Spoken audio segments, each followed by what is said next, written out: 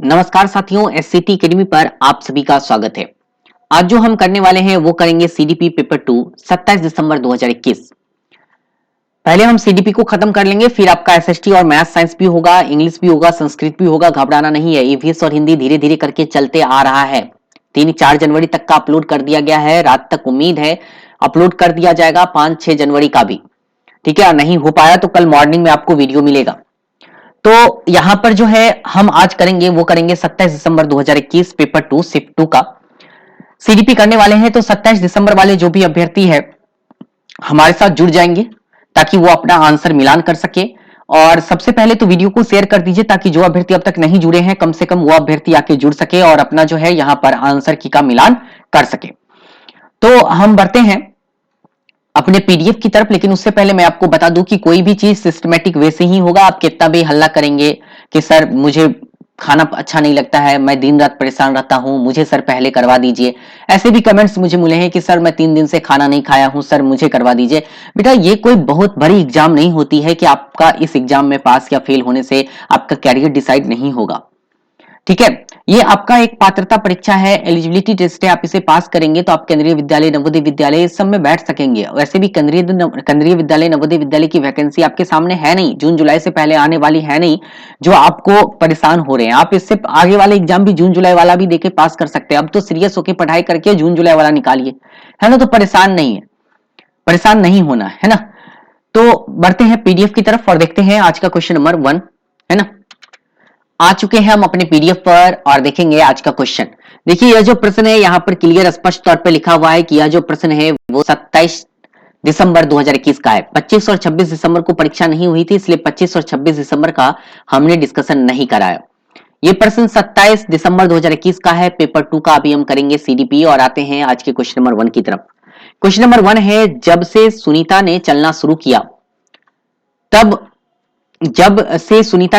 किया किया था, वह जब भी संगीत सुनती थी नृत्य करना शुरू कर देती थी। ठीक है, जब वह नृत्य करती थी तो उसके माता पिता ताली बजाते हैं और टीवी कार्यक्रम में नृत्य कर रहे बच्चों की नकल करने के लिए कहते हैं। सुनीता ने बहुत जल्दी ही नृत्य अच्छी तरह से सीख लिया है। यह किसका उदाहरण है?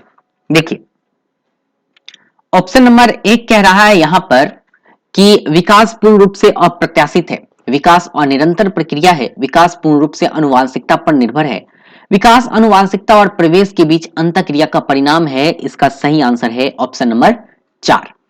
बढ़ते क्वेश्चन नंबर 2 की तरफ और देखते हैं क्वेश्चन नंबर 2।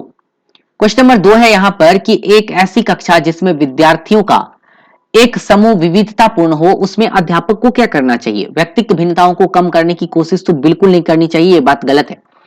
शिक्षण अधिगम की प्रक्रिया में व्यक्तिगत भिन्नताओं को मुख्य बाधा समझना चाहिए, मुख्य बाधा समझना है, ये तो गलत लिखा हुआ है ना। क्या करना चाहिए? क्या शिक्षक को समझना चाहिए कि व्यक्तिगत भिन्नताएं हमारे या बच्चे के विकास में बाधा है? नहीं, व्यक्तिगत भिन्नताओं को अनदेखा करना चाहिए? बिल्कुल भी नहीं। व्यक्तिगत भिन्नताओं को पक्ष पोषित और सम्मानित करना चाहिए। सही आंसर है 4। बच्चों के बीच व्यक्तिगत भिन्नताएं होगी, हमें उसका सम्मान करना पड़ेगा। सही आंसर है ऑप्शन नंबर 4। क्वेश्चन नंबर देखते हैं 3। क्वेश्चन नंबर 3 है, सामाजिक संरचनात्मक परिप्रेक्ष्य में बच्चों को किस तरह से देखते हैं? तो निष्क्रिय तो होगा नहीं, है ना। स्वतंत्र कहता है, सामाजिक सांस्कृतिक संदर्भ में स्वतंत्र गलत है, पूर्व कर्मादेशिक गलत है। सही आंसर है ज्ञान के सक्रिय सृजनकर्ता। ऑप्शन नंबर 3 इसका सही उत्तर है। बढ़ते हैं क्वेश्चन नंबर 4 की तरफ। क्वेश्चन नंबर 4 कह रहा है, निम्नलिखित में से कौन सी मेधावी विद्यार्थियों की विशेषता नहीं है, बोल रहा है इसमें। तो पहला है अन्वेषण और उत्सुकता के लिए, अधिगम के लिए उत्सुकता, ये तो है। परीक्षा मात्र की दृष्टि से अधिगम करना, ये नहीं है मेधावी छात्र का। अगर परीक्षा के लिए पढ़ रहे हैं तो इसका मतलब आप मेधावी छात्र नहीं है। उन कामों को करने के लिए आंतरिक रूप से अभिप्रेरित होना जो चुनौतीपूर्ण हो, ये सही है। और 4 भी क्या है? सही है। क्वेश्चन नंबर 5 देखते। क्वेश्चन नंबर 5 कह रहा है कि जीन पियाजे के संज्ञानात्मक सिद्धांत पर आधारित शैक्षणिक तकनीक निम्न में से क्या करेगी? जीन पियाजे के संज्ञानात्मक विकास पर आधारित है। रटकर याद करने की बात नहीं होगी, इनाम और दंड की बात नहीं होगी। पाठ्यक्रम को तैयार करते समय बच्चों की उम्र को ध्यान रखेगी, यह बात सही है। विषय को अमूर्त से मूर्त के क्रम में प्रस्तुत करेगी, यह बात तो गलत है। बच्चे को मूर्त से अमूर्त में ले जाना है, ना कि अमूर्त से मूर्त। सही आंसर ऑप्शन नंबर 3 सबसे बेस्ट यही आंसर है। 5 का सही उत्तर होगा ऑप्शन नंबर 3। क्वेश्चन नंबर 6 देख रहे हैं। क्वेश्चन नंबर 6 है निम्नलिखित में से कौन सी तकनीक विद्यार्थियों की अधिगम अभिप्रेरणा को बढ़ावा देगी? किसी भी कीमत पर कार्य खत्म करने पर बल देना, यह तो नहीं देगा। विद्यार्थियों को उनके व्यक्तिगत अधिगम लक्ष्यों को पाने के लिए समर्थन देना, यह हो सकता है। प्रतिस्पर्धा पर जोर देना, विद्यार्थियों के बीच प्रतिस्पर्धा करेंगे, विद्यार्थियों के बीच आप जो है कंपटीशन करेंगे? बिल्कुल नहीं करेंगे। सही आंसर ऑप्शन नंबर 2। चलिए बढ़ते क्वेश्चन नंबर 7 की तरफ। क्वेश्चन नंबर 7 देखते हैं। क्वेश्चन नंबर 7 है निम्नलिखित में से किस सिद्धांतकारी ने यह प्रतिपादित किया था कि सामाजिक अंतःक्रिया आधारभूत मानसिक क्षमताओं को उच्चतर संज्ञानात्मक प्रक्रियाओं में रूपांतरित करने की महत्वपूर्ण भूमिका निभाती है? तो सामाजिक अंतःक्रिया की बात हो रही है, तो यह होगा किसका? वाइगोत्स्की साहब का सही आंसर है लेव वाइगोत्स्की। चलिए आते क्वेश्चन नंबर 8 की तरफ। क्वेश्चन नंबर 8 है निम्नलिखित में से कौन सा उपागम बाल केंद्रित शिक्षा के सिद्धांतों के अनुकूल है? विद्यालयों को हर विद्यार्थी की व्यक्तिगत जरूरतों और रुझानों को महत्व देना, सही आंसर ऑप्शन नंबर 1 ही दिख रहा। वैसे बाकी को भी हम पढ़ेंगे। सिर्फ वाली बात तो होगी नहीं, एक रूप मानदंड होगा नहीं, और परीक्षा के लिए सीखने के लिए भी प्रेरणा देना, यह बात भी क्या लिखी हुई है? गलत। बढ़ते हैं क्वेश्चन नंबर 9 की तरफ। 8 का सही आंसर है बेटा ऑप्शन नंबर 1। क्वेश्चन नंबर 1 देखते हैं। क्वेश्चन नंबर 9 देखते हैं। क्वेश्चन नंबर 9 कह रहा है यहां पर लॉरेंस कोहलबर्ग के अनुसार कोई बच्चा नैतिक चिंतन के किस स्तर पर है? अगर वह बच्चा यह तर्क देता है कि हिंज को कानून का पालन करना चाहिए क्योंकि यह एक नागरिक के रूप में उसका कर्तव्य है, अगर किसी को चोरी करने की इजाजत नहीं है तब हिंज को ऐसा करने की प्रवृत्ति नहीं दी जानी चाहिए। यह है आपका कानून और व्यवस्था वाली बात। कानून की बात हो रही है कि कानून का पालन करना चाहिए। सही उत्तर है ऑप्शन नंबर कौन सा? 4। बढ़ते हैं क्वेश्चन नंबर क्या है 10 की तरफ। क्वेश्चन नंबर 10 है एक अध्यापक को विद्यार्थियों में खोजी अधिगम को सुसाध्य करना चाहती है। एक अध्यापिका अपने विद्यार्थियों में खोजी अधिगम को सुसाध्य करना चाहती है। इसके लिए उस अध्यापिका को क्या करना चाहिए? आवश्यकतापूर्ण मार्गदर्शन के साथ स्वनिर्देशन प्रयोग को सुसाध्य करना चाहिए। विद्यार्थी को बिना किसी मार्गदर्शन के खुद काम करने देना चाहिए। गलत है। केवल वाला बात होगा नहीं, व्याख्यान होगा नहीं। सही उत्तर है ऑप्शन नंबर 1। आवश्यकतापूर्ण मार्गदर्शन के साथ स्वनिर्देशित प्रयोग को सुसाध्य करना चाहिए। 10 का सही आंसर है ऑप्शन नंबर 1। बढ़ते क्वेश्चन नंबर 11 की तरफ और देखते क्वेश्चन नंबर 11। क्वेश्चन नंबर 11 है यहां पर इनमें से कौन सी शैक्षणिक तकनीक बच्चों में जेंडर रूढ़िवादिता को कम करने और जेंडर समानता को बढ़ावा देने में प्रभावशाली है? रूढ़िवादिता कम होनी चाहिए। तो देखिए यहां पर जेंडर आधारित अधिगम कार्य देंगे तो रूढ़िवादिता तो कम होगी नहीं, ये तो बढ़ेगा ही। जेंडर पृथकता आधारित आसन प्रबंध करेंगे, ये भी गलत है। जेंडर विशिष्ट भूमिका और व्यवहार, गलत है। कक्षा में जेंडर पूर्वाग्रह पर चर्चा सुसाध्य करना, यह एकदम सही है। सही आंसर है ऑप्शन नंबर 4। बढ़ते हैं क्वेश्चन नंबर 12 की तरफ। क्वेश्चन नंबर 12 है यहां पर किसी संप्रति को पढ़ाते समय गैर उदाहरण एकदम देनी चाहिए का इस्तेमाल करने से बचना चाहिए? बिल्कुल नहीं बचना चाहिए, यह तो गलत है। का कभी भी इस्तेमाल नहीं करनी चाहिए, यह भी गलत है। का इस्तेमाल उस संप्रति को परिभाषित करने वाले गुणों की स्पष्टता बढ़ाने के लिए करना चाहिए। सही आंसर है ऑप्शन नंबर 3। का इस्तेमाल उस संप्रति को परिभाषित करने वाले गुणों की स्पष्टता बढ़ाने के लिए करना चाहिए। 12 का सही उत्तर है ऑप्शन नंबर 3। क्वेश्चन नंबर 13 देखते हैं। 13 कह रहा है विद्यार्थी अध्यापक के रिश्ते में विश्वास बढ़ाने के लिए निम्न में से कौन सा विकल्प प्रभावशाली है? विद्यार्थी को सिर्फ वाली बात है तो यह तो गलत होगा।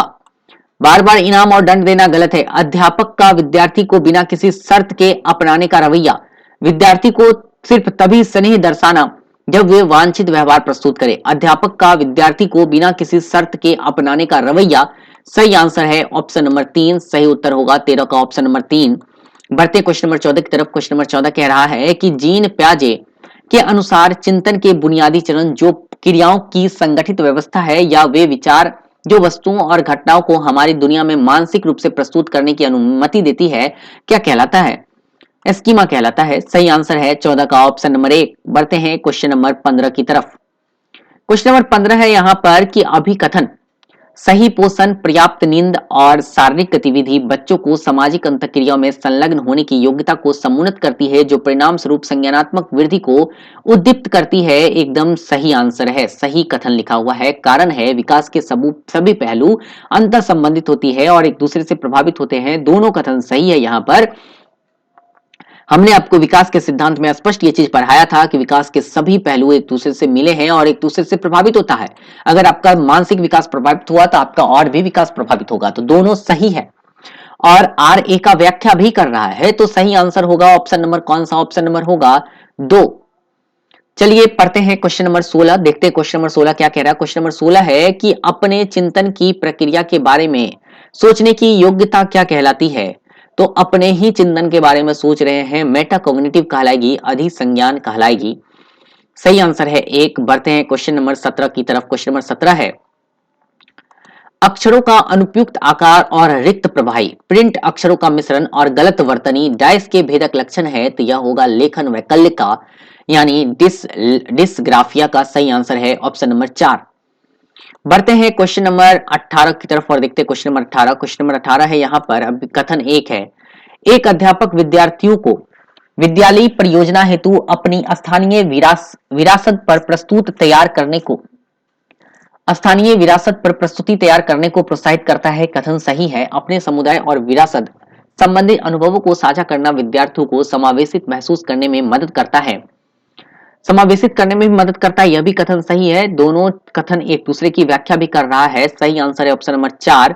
ए और आर दोनों सही है और आर ए की सही व्याख्या करता है। 18 का सही उत्तर है ऑप्शन नंबर 4।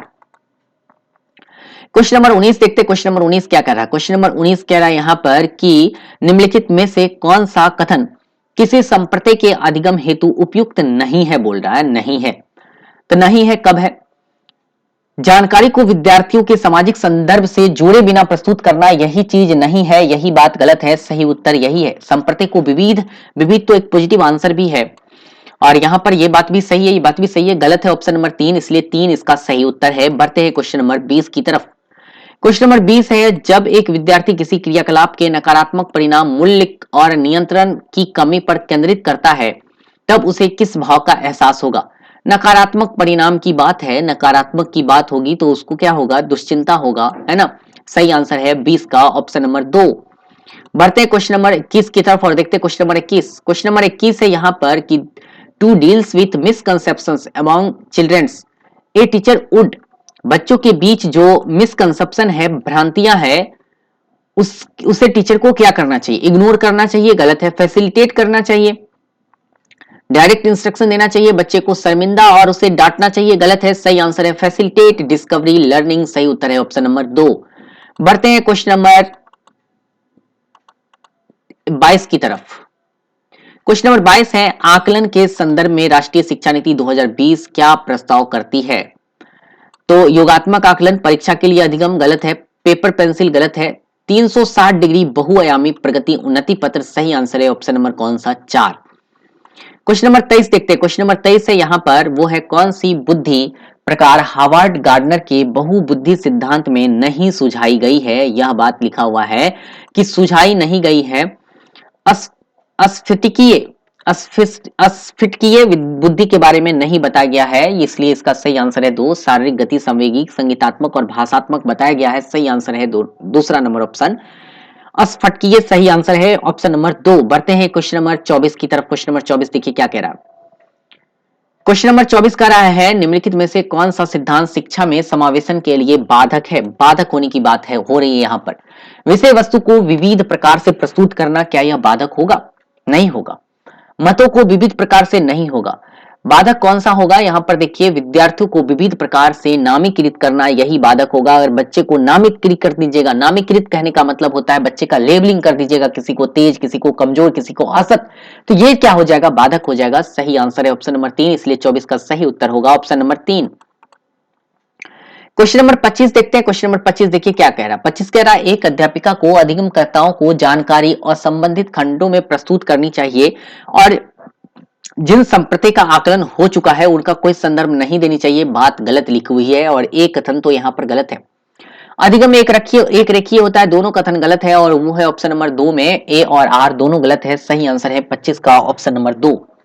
बढ़ते हैं क्वेश्चन नंबर 26 की तरफ और देखते हैं क्वेश्चन नंबर 26। क्वेश्चन नंबर 26 है प्राथमिक समाजीकरण की प्रक्रिया किस अवस्था से शुरू हो जाती है? तो प्राथमिक समाजीकरण की अभिक्रिया की अगर बात करें तो यह हमारा सेक्स अवस्था से शुरू होता है, क्योंकि यहाँ पर प्राथमिक समाजीकरण की बात हो रही है, मतलब बच्चा अपने परिवार से ही बोलना चलना सीखता है। सही आंसर है ऑप्शन नंबर 2, तब तक बच्चा शैशव अवस्था में ही रहता है। क्वेश्चन नंबर 27 देखेंगे। क्वेश्चन नंबर 27 है, विद्यार्थी सर्वोत्तम रूप से कब सीखेंगे? सर्वोत्तम रूप से कब सीखेगा? नकल करना तो गलत है, विषय वस्तु के साथ अर्थपूर्ण संलग्न होगा तभी बच्चा सर्वोत्तम रूप से सीखेगा। निष्क्रिय होगा नहीं, रट्टा मारना होगा नहीं। सही आंसर है ऑप्शन नंबर 2। बढ़ते हैं क्वेश्चन नंबर 28 की तरफ और देखते हैं क्वेश्चन नंबर 28। क्वेश्चन नंबर 28 है कि आगामी 10 वर्षों में क्या विज्ञान इतनी उन्नति कर लेगा कि दूसरे ग्रह पर जीव की खोज की जा सकेगी? यह प्रश्न विद्यार्थी में किस चिंतन को बढ़ावा देगा? तो सबसे पहले इसमें जो है आपको अपसारी चिंतन पर बढ़ावा देगा, क्योंकि यह डाइस देने का मौका देता है। देखिए यहां पर अपसारी एक ही है ना, तो अपसारी एक है और एक यहां पर है, और अनेक संभावित उत्तर देने का क्या देता है? मौका देता है। सही आंसर ऑप्शन नंबर कौन सा? 4, डाइवर्जेंट और अनेक संभावित उत्तर। 28 का ऑप्शन नंबर 4 होगा। बढ़ते हैं क्वेश्चन नंबर 29 की तरफ और देखते हैं क्वेश्चन नंबर 29। क्वेश्चन नंबर 29 कह रहा है यहां पर, एक मिनट बेटा, 29 कह रहा है यहां पर, दृष्टिबाधित विद्यार्थियों को ऐसी क्या सुविधा दी जाए जिससे कि वे प्रतिभाशाली ढंग से सीख सके, ढंग होगा ठंग नहीं, और संप्रेषण कर सके। संकेत भाषा का परीक्षण, दृष्टि बाधित है तो संकेत दीजिएगा, तो ये बच्चा तो कुछ देख नहीं पाएगा, तो एक वाला तो आंसर गलत हो गया। ब्रेल भाषा का परीक्षण तो देना ही है, 2 तो एकदम सही है। पाठ्य सामग्री को वाचन में बदलने वाले सॉफ्टवेयर है, देख नहीं सकता है तो सुन तो सकता है, यह सही है। स्पर्शीय या उभरी हुई मुद्रित सामग्री, तो इसका मतलब यह भी सही है। सही आंसर है ऑप्शन नंबर 2, 3 और 4, और 2, 3, 4 है ऑप्शन नंबर 4 में। सही उत्तर होगा ऑप्शन नंबर 4। बढ़ते हैं क्वेश्चन नंबर 30 की तरफ और देखते हैं क्वेश्चन नंबर 30। क्वेश्चन नंबर 30 है यहाँ पर, निम्नलिखित में से कौन सा लेव वाइगोस्की के संज्ञानात्मक सिद्धांतों पर आधारित है? तो यहाँ पर जो हम पढ़ाए हुए रेसिप्रोकल टीचिंग, पारस्परिक शिक्षण या पारस्परिक अध्यापन, यह जो है लेव वाइगोस्की के संज्ञानात्मक सिद्धांत पर आधारित है। सही उत्तर होगा ऑप्शन नंबर 2। आपको काफी अच्छे तरीके से इस चीजों के बारे में पढ़ाया गया था। अब आप लोग कमेंट करके बताएंगे कि सीडीपी में कितने नंबर आए। अभी जो हम कर रहे थे वो राम कुमार का था, ये जो कर रहे थे वो राम कुमार का ही था।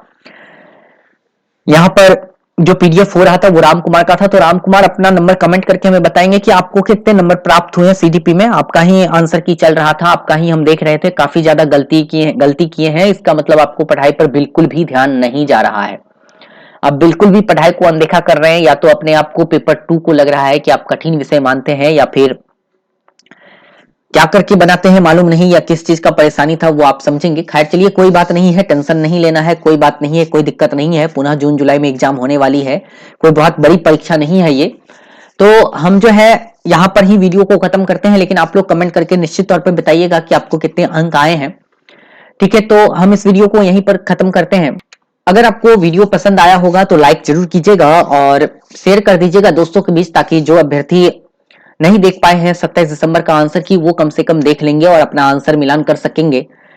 और चैनल पर नए हैं तो चैनल को सब्सक्राइब कर लीजिएगा, ताकि कोई भी जानकारी हो आपको चैनल के माध्यम से मिल सके। साथ ही केवीएस हो, एनवीएस हो, सुपर टेट हो, DSSB हो, सारी परीक्षा का तैयारी भी, क्वेश्चन आंसर का डिस्कशन भी, सब कुछ यहाँ पर होगा। थ्योरी हो, प्रैक्टिस हो, सब कुछ करवाएंगे। ठीक है, तो ठीक है, हम इस वीडियो को यहीं पर खत्म करते हैं। उम्मीद करते हैं आप सभी काफी अच्छे होंगे। ठीक है, आप सभी को बहुत बहुत धन्यवाद। जय हिंद।